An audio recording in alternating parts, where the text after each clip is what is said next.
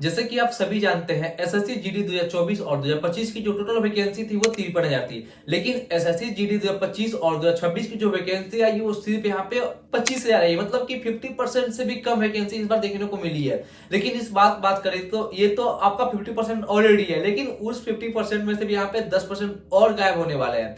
मतलब मैं बात करूँ जो 25,000 जो वैकेंसी है उसमें 10% यहाँ पे किसी और के लिए रिजर्व हो चुकी है, तो इसके बारे में बात करेंगे इस वीडियो के अंदर। तो आइए आपको मैं डिटेल वाइज समझाता हूँ कि आखिर वो 10% वैकेंसी किसके लिए रिजर्व किया गया है।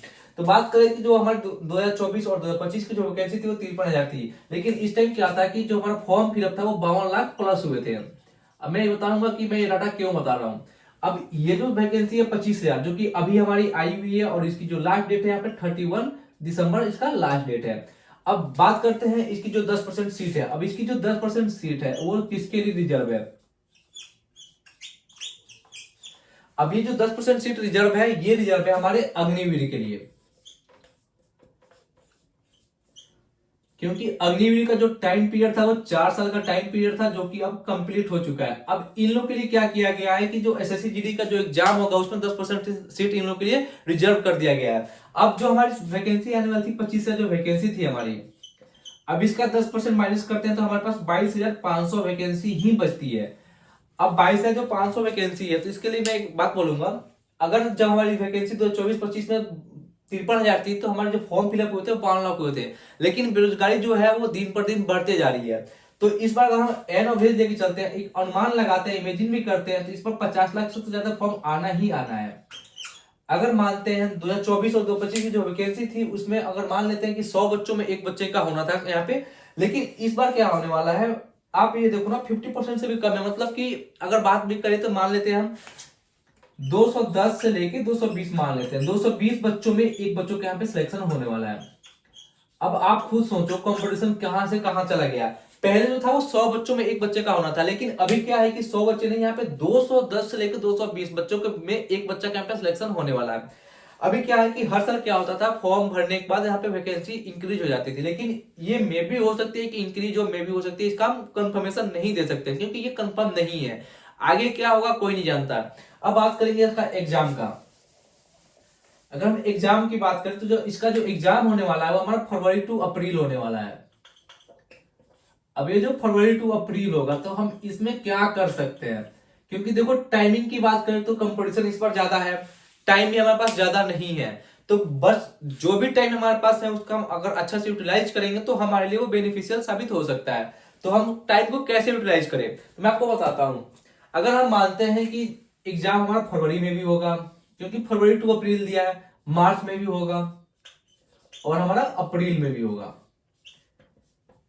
अब इसमें क्या होगा, या तो हो सकता है कि आपका फरवरी के लास्ट वीक से एग्जाम स्टार्ट हो और ये मार्च तो पूरा होगा ही होगा, और अप्रैल के क्या हो कि फर्स्ट वीक में एग्जाम खत्म हो जाए। अब इसमें क्या है मैं बताता हूं। जैसे अभी हमारा है कि दिसंबर यहाँ पे खत्म हो चुका है, नया साल मतलब कि जनवरी स्टार्ट हो रहा है, तो अगर जून बच्चों का फरवरी में लास्ट वीक से भी होता है तो मान लेते हैं हम इनके पास 50 दिन तो टाइम हमारे इनके पास है। जो जिस मतलब जो भी फरवरी चूज करेंगे एग्जाम के लिए उनके पास 50 दिन का टाइम है। अगर जो मार्च चूज करते हैं तो मान लेते हैं इनके पास यहाँ पे 70 टू 80 डेज इनके पास भी है। ठीक है, अगर ये मार्च स्टार्ट करते हैं तो मतलब अब मैं 70 टू 80 डेज कैसे कर रहा हूँ, कोई बच्चा अगर स्टार्टिंग में तो मान लो के पास 60-65 दिन ही है, मैं एवरेज लेके चल रहा हूँ कि 70 से 80 दिन मिड मार्च की मैं लेके चल रहा हूँ। अगर जो अप्रैल में मानते हैं तो मान लेते हैं इनका 90 दिन इनके पास टाइम है। अब ये जो समय है इसका यूटिलाइज कैसे करें, क्योंकि अभी क्या होता है लास्ट टाइम में बच्चे कंफ्यूज हो जाते हैं कि हम क्या पढ़े क्या नहीं पढ़े, और इसके कारण क्या होता है कि जो वो पहले से पढ़े हुए होते हैं वो भी भूल जाते हैं। तो हमें इस टाइम क्या करना चाहिए और क्या नहीं करना चाहिए। एक चीज और है कि जो हमारा एसएससी 2024 और 2025 का जो एग्जाम था,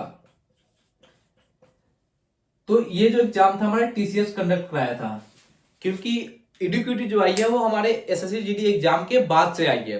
तो ये जो 2025 और 2026 का जो एसएससी जीडी का जो एग्जाम होने वाला है वो हमारा एडुक्यूटी कराने वाला है।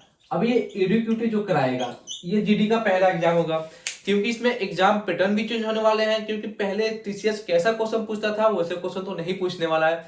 क्योंकि अब इसके लिए मैं एक बहुत ही प्यारा सा सॉल्यूशन लेके आऊंगा, मैं आपको वीडियो क्लास में जरूर बताऊंगा। अभी बात करें कि इस टाइम का हम यूटिलाइज कैसे करें, तो इसका यूटिलाइज करने का सबसे एक मस्त उपाय मैं आपको बताता हूं।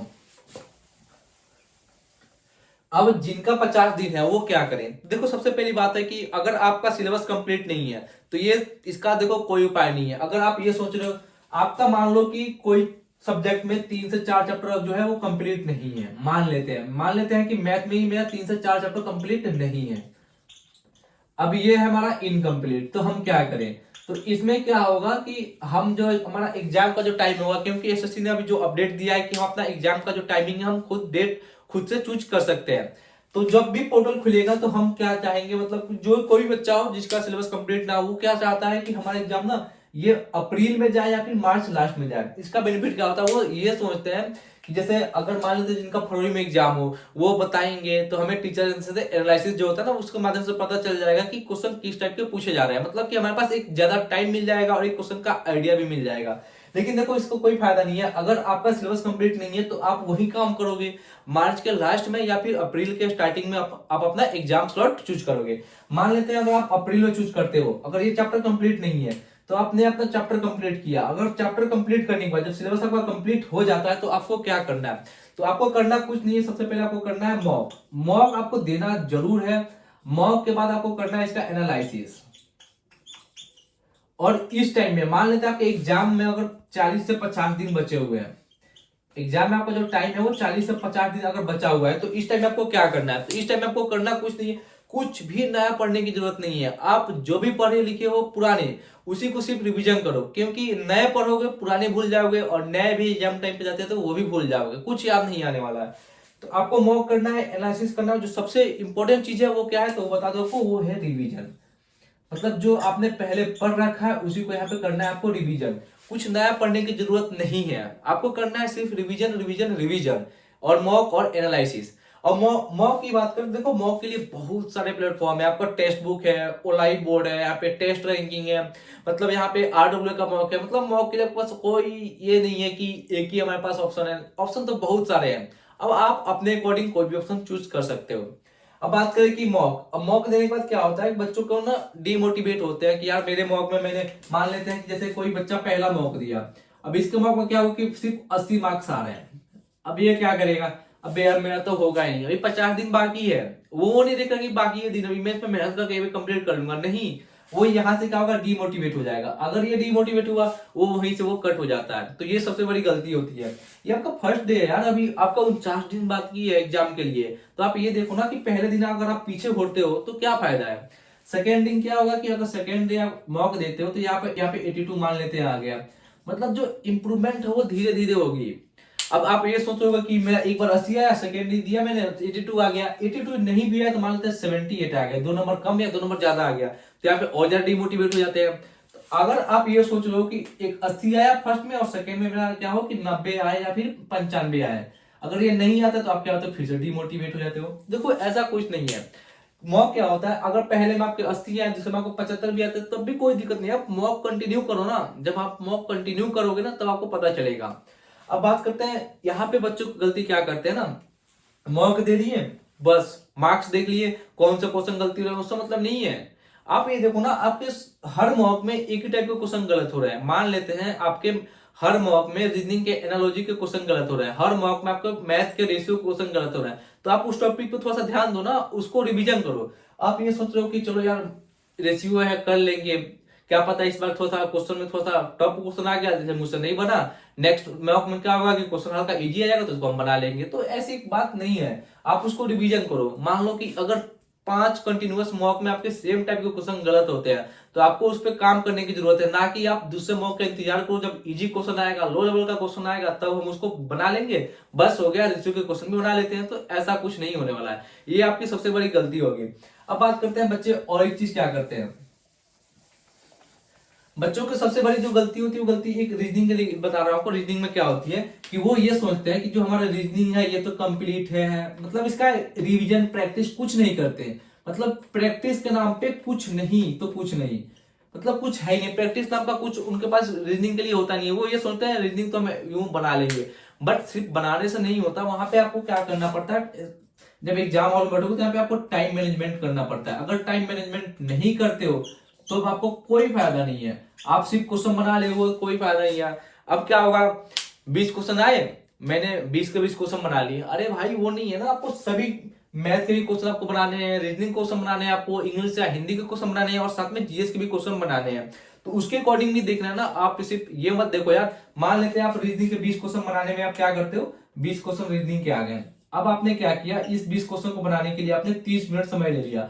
क्यों? मैं तो एकदम धीरे बनाऊंगा, मतलब एकदम कंफर्म बनाऊंगा कि मेरा कोई क्वेश्चन गलत ना हो। एक बार क्वेश्चन बना लिया, ऑप्शन से मैच कर लिया कि हाँ मेरा ये आंसर आ गया। अब उसको 2 बार 3 बार बनाओगे कि हाँ ये सही है, ये सही है, ये सही है, ये सही है, बस गलत ना हो। आप रीजनिंग के चक्कर में क्या होगा, मैथ छोड़ दोगे। तो इसलिए हर मॉक में आपको ये भी चीज ध्यान देना है कि टाइम मैनेजमेंट करते रहो, वरना मॉक भी दे रहे हो कोई फायदा नहीं होगा जब तक आप टाइम मैनेजमेंट पे ध्यान नहीं देते हो। अब टाइम मैनेजमेंट के लिए मैं एक बात बताता हूँ, टाइम मैनेजमेंट के लिए आपको करना क्या होगा। अगर आपका टाइम मैनेजमेंट नहीं है तो जब आप मॉक देने जाओगे तो मॉक में क्या होता है कि मॉक में एक होता है चैप्टर टेस्ट, मतलब कि एक चैप्टर टेस्ट भी होता है जिसे आपको कोई एक चैप्टर में प्रॉब्लम है, पर्टिकुलर चैप्टर में प्रॉब्लम है। मान लेते हैं कि अगर हमको रेशियो में प्रॉब्लम है तो आप ना क्या करो, रेशियो का मॉक खोलो, रेशियो का पहले रिवीजन कर लो, प्रैक्टिस कर लो उसके क्वेश्चन को, देन जाके इसके मॉक खोलो जो कि आपको एसएससी जीडी में पूछे गए हैं। अब इससे क्या होगा कि जब आप इसके जब मॉक खोलोगे ना, जब आप एसएससी जीडी का क्वेश्चन बनाओगे रेशियो के, तब आपको पता चलेगा कि इसमें क्वेश्चन किस टाइप के पूछे जा रहे हैं। अब जब प्रैक्टिस करोगे और चैप्टर का यहाँ पे मॉक दोगे तो आपको उसमें थोड़ा सा इंप्रूवमेंट देखने को मिलेगा कि हाँ पहले हम गलती कहाँ करते थे, आपकी गलती तो पता चल गई, और उसमें क्या मिस्टेक हो रही थी आपको ये पता चल गई। जब आपको पता है कि हमारी मिस्टेक जो है वो कहाँ पे जाके हो रही है, तो आप क्या करोगे कि आगे अब जब भी रेशियो का क्वेश्चन आपके मॉक में आएगा या फिर एग्जाम में आएगा तो आप वहां पे गलती नहीं करने वाले हो, क्योंकि आपकी जो गलती है आपको ही वहां पे इंप्रूवमेंट करना होगा। आपको खुद की गलती यहाँ पे माननी पड़ेगी, ढूंढनी पड़ेगी कि आप आखिर आप गलती कहाँ कर रहे हो। अब बात करें कि ये हो गया, एक आता है आपका सेक्शनल मॉक। अब सेक्शनल मॉक क्या होता है मैं आपको बताता हूँ। आपको जो सेक्शनल मॉक होगा ये बहुत ज्यादा जरूरी होता है, किसके लिए, तो टाइम मैनेजमेंट के लिए। अब टाइम मैनेजमेंट की बात करते हुए कैसे जरूरी होता है, जैसे हमने रीजनिंग का मॉक दिया। अब रीजनिंग के मॉक में क्या होता है कि क्वेश्चन जो होते हैं हमारे रीजनिंग के मैथ के जो भी हो सब में 20-20 क्वेश्चन होता है। अब मान लेते हैं अगर हमने रीजनिंग का मॉक दिया, इसमें जो क्वेश्चन आएगा 20, जो हमने रीजनिंग का मॉक दिया इसमें क्वेश्चन 20, मान लेते हैं इसका जो मे बी शायद से जो टाइमिंग होती है वो शायद से 22 मिनट या 24 मिनट का यहाँ पे देता है सेक्शनल मॉक में टाइमिंग। अब आपको इसका बेनिफिट क्या होगा कि मान लेते हैं किसी क्वेश्चन में आपको क्या होगा कि रीजनिंग के आपने वही चीज जो मैंने बताया अभी, एक ही क्वेश्चन को बना के जब आपका आंसर, जबकि सही आंसर आ चुका है, लेकिन आप क्या कर रहे हो 3 बार 4 बार उसको रिपीट कर रहे हो कि हाँ 1 में 3 जोड़े डी, डी में 3 जोड़े जी, जी में 3 जोड़े जे। तो आप ये काम कर रहे हो, एक ही चीज को 3 बार रिपीट कर रहे हो कि हाँ मेरा ये आंसर गलत नहीं होना चाहिए क्योंकि मैंने ये पढ़ रखा है, रीजनिंग मेरा बेस्ट है, बेस्ट है, बेस्ट है। तो उसके लिए यहाँ पे ये आपका जो टाइम मैनेजमेंट होगा आपको यहाँ से इंप्रूवमेंट होगा। अगर आप ये टाइम मैनेजमेंट सही कर लेते हो, मान देखो मेरे हिसाब से ना एसएससी जीडी का जो रीजनिंग आता है या मैथ आता है ना उसके लिए ज्यादा टाइम इनफ नहीं है। उसमें तो कुछ क्वेश्चन ऐसे आते हैं मतलब जिसमें आपको पेन उठाने की जरूरत ही नहीं होती, आप क्वेश्चन पढ़ोगे ऐसे जवाब दे दोगे। मैं मैथ की बात कर रहा हूँ, मैथ में ऐसे तो क्वेश्चन भी आते हैं, मतलब पेन उठाने की जरूरत ही नहीं है, आप क्वेश्चन पढ़ोगे आंसर खुद ब खुद आ जाएगा। अब आंसर आएगा कैसे, तो ये सिर्फ प्रैक्टिस पे ही डिपेंड करेगा। अगर आप प्रैक्टिस आपका बेस्ट है तो वो जो अगर आपका प्रैक्टिस बेस्ट है तो आपको पेन उठाने की कोई जरूरत है ही नहीं। अब बात करें टाइम मैनेजमेंट, जब आपका हो जाएगा, मॉक भी दे रहे हो आप, ऊपर से टाइम मैनेजमेंट भी कर रहे हो, तो एग्जाम में जब जाओगे तो आपको इसका बेनिफिट पता चलेगा कि हाँ अगर हमने टाइम मैनेजमेंट किया तो उसका यहाँ पे फायदा क्या हो रहा है।